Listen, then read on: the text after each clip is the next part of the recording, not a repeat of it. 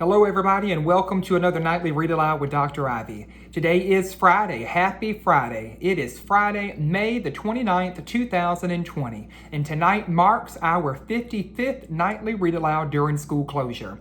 My name is Trevor Ivey and I am a proud educator here in Sumter County, South Carolina, and like so many of my educator colleagues right here in my very own community, across the state, our nation, and even the world, are being asked to step up and out of their comfort zone to completely redesign teaching and learning experiences to ensure that our children remain meaningfully engaged during this challenging time when schools are closed, children are home, but learning must continue.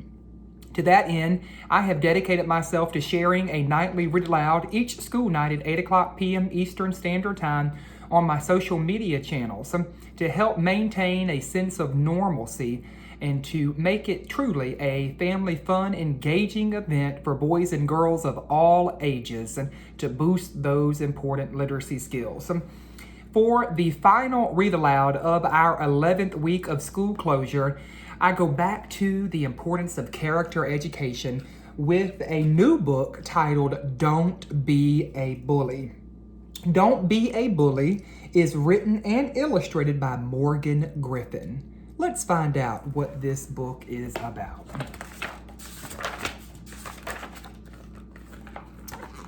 Little Rosie just loved going to school.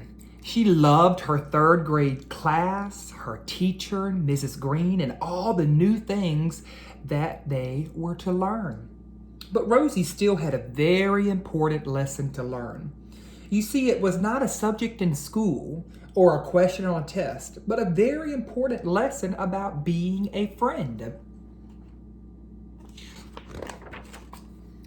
One day, little Rosie walked into class and took her seat. Danny Clark sat next to her wearing his new glasses, and Rosie started laughing at him, which wasn't nice at all.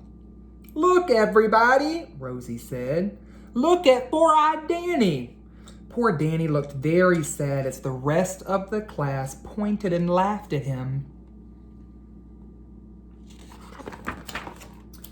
Later at recess, little Rosie started a game of tag on the playground. She started chasing Gracie Stone as fast as she could, but then Gracie fell down with a thud. "Oh, Gracie," Rosie said, "you are too clumsy to play this game with me anymore." Rosie walked away while Grace wiped the dirt off of her knee. How do you think Gracie felt? And probably not very good after hearing that. Before they all went home, Mrs. Green gave everyone their spelling test back, and Rosie got an A. She was very excited to have such a good grade. Rosie looked at Henry Johnson's test next to her.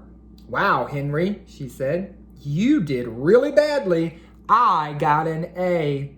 Rosie sat up straighter while Henry sank lower into his seat. Probably doesn't feel good.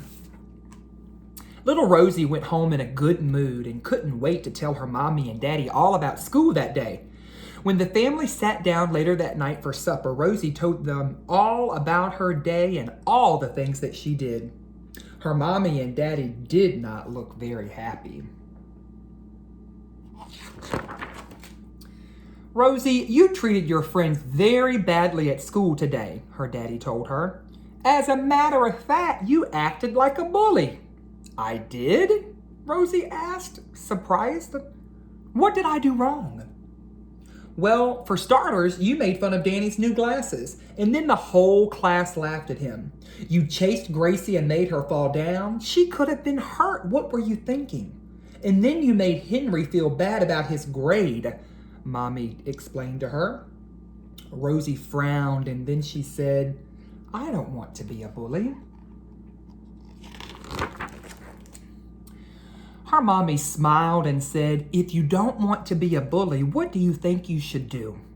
Rosie thought long and hard about what her mommy and daddy were saying to her. She thought about Danny, Gracie, and Henry, and how she made them feel with her comments. Rosie thought about not being good at sports, and she hated being picked on by her classmates about it. And after thinking some more, she realized just what it felt like to be bullied, and she had to make things right. So the very next day at school, little Rosie walked up to Danny Clark and said, "Danny, I'm sorry I laughed at your glasses. It wasn't nice of me to say that." "You really don't look bad after all," Rosie continued. "I think you look great, in fact, and I bet they help you read even better."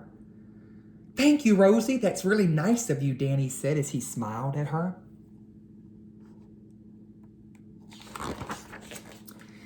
Later at recess, Rosie saw Gracie Stone sitting all alone on the swings. So Rosie marched right up and sat next to her.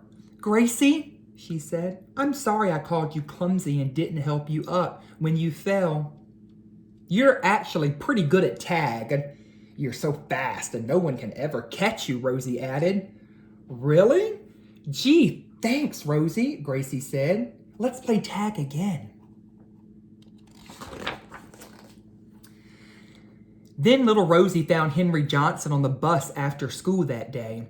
She looked at her feet and quietly said, "Henry, I'm so sorry about what I said yesterday. I didn't mean to make you feel bad. Can you forgive me?" Henry looked very happy and nodded his head. Rosie had never felt so good before.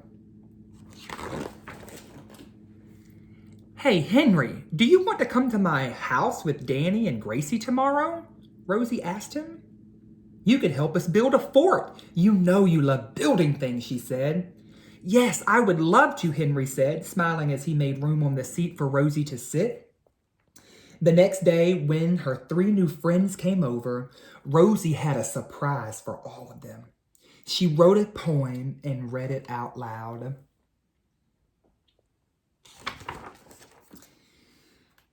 The poem is titled, "I'm Not Good at Sports." "My mommy can play sports, and so can my dad. I've always tried my hardest, but I'm really bad.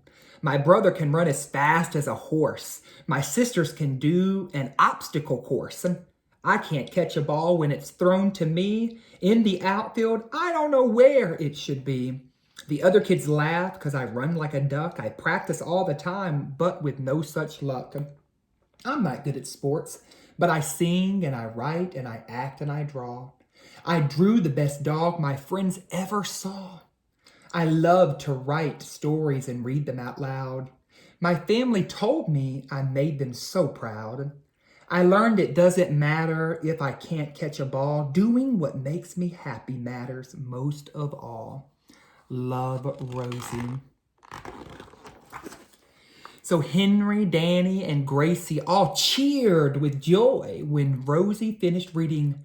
They loved her poem. None of them could write like Rosie or run as fast as Gracie or be as smart as Danny or build things like Henry. They were all so good at different things. Rosie never wanted to make anyone feel bad. She didn't want them to feel bad about themselves ever again. Yes, people are bad, some things and sometimes, but mostly they are good so much more. So little Rosie made 3 new friends because she learned a very important lesson. And that lesson was that it was easy to be a bully, but it felt so much better to be a friend. The end.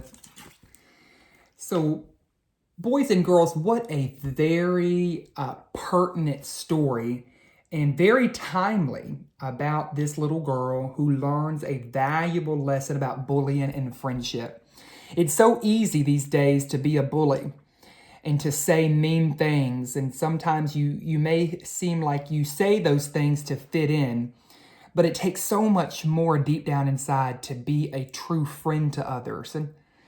And so, boys and girls, I hope that if you are like Rosie and say mean things to others, that you think about ways that you can actually be a friend instead.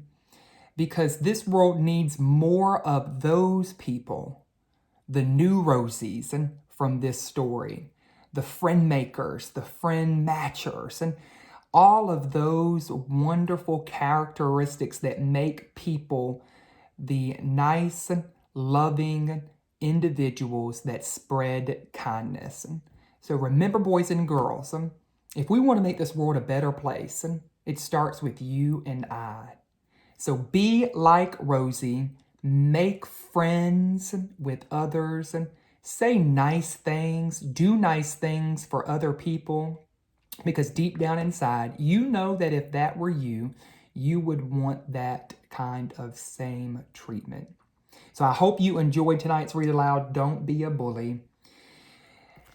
As we say goodnight, before we go and brush our teeth, get in the bed, let's take a moment to engage in our nightly reflection with our 4 reflection questions.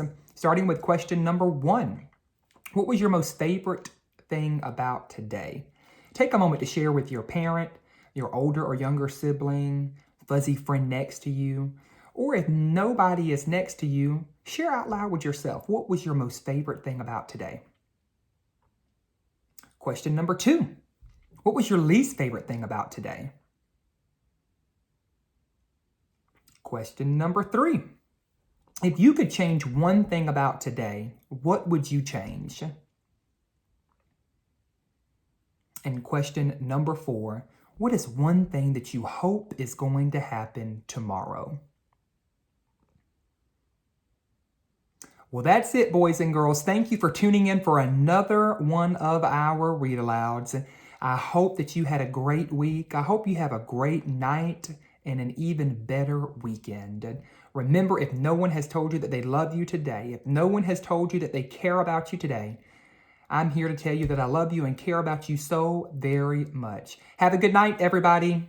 We'll see you on Monday for our next Read Aloud as we kick off week number 12 and our final week with some special Read Alouds to acknowledge the last week of school. Good night.